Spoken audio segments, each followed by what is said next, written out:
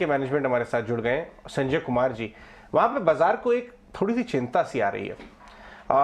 मैं उससे क्लैरिफिकेशन चाहूँगा संजय जी से। Sanjay ji, ministry of railways ने ये कहा है कि टेलकोज को, टेलीकॉम कंपनीज को टावर अलाउ किए जाएंगे अपने रेलवे लैंड पर भी लगाने के लिए।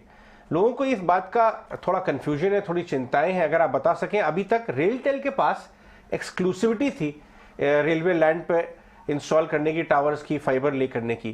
क्या उसमें कुछ बदलाव आता है या आपके बिजनेस मॉडल में कोई भी फर्क नहीं पड़ेगा खास? अगर आप ये समझा सके हमारे व्यूअर्स को। देखिए, रेलटेल एक कंपनी है जिसमें हम लोग एक्सक्लूसिव राइट ऑफ वे था हमारे पास रेलवे का, और प्रैक्टिकली मेरा ऐसा सोचना है कि वो एक्सक्लूसिव राइट ऑफ वे, हम उसको एक्सक्लूसिव कह नहीं सकते प्रैक्टिकली, लेकिन वो हम लोग उसको कमांड बना के रखेंगे। दूसरा, जो आपने टावर्स की बात करी है, इसमें रेलवेज में बहुत सारे यूनिट्स होते हैं। There are 6000 railway station, 67 zonal divisional railway headquarters, 17 zonal railway headquarters and other units also.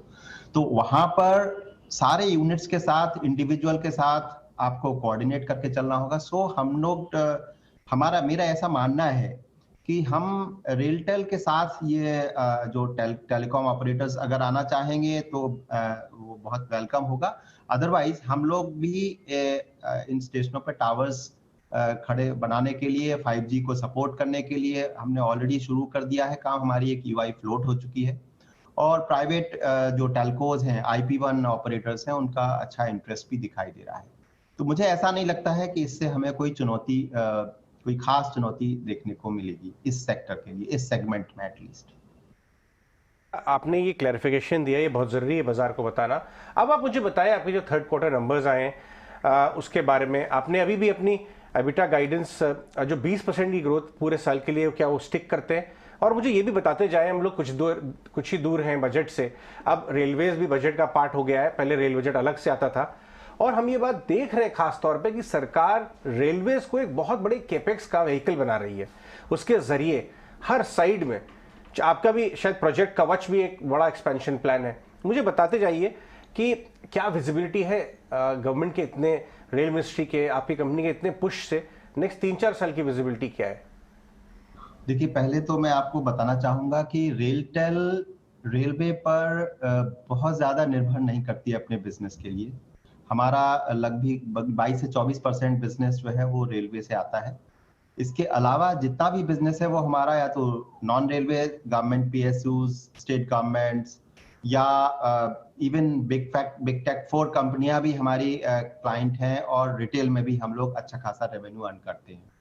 तो पहली चीज तो हमारी डिपेंडेंस बहुत ज्यादा रेलवे पर नहीं है। लेकिन यस, जैसा कि आपने कहा, रेलवे में इस समय भारत सरकार बहुत ज्यादा केपैक्स इन्फ्यूज कर रही है, और जैसे कि सिग्नलिंग के कार्य हैं या कवच है, उनमें हमारी नजर लगातार लगी हुई है, और हम लोग बहुत कॉशसली उसमें अब अपने आप को पोजीशन कर रहे हैं।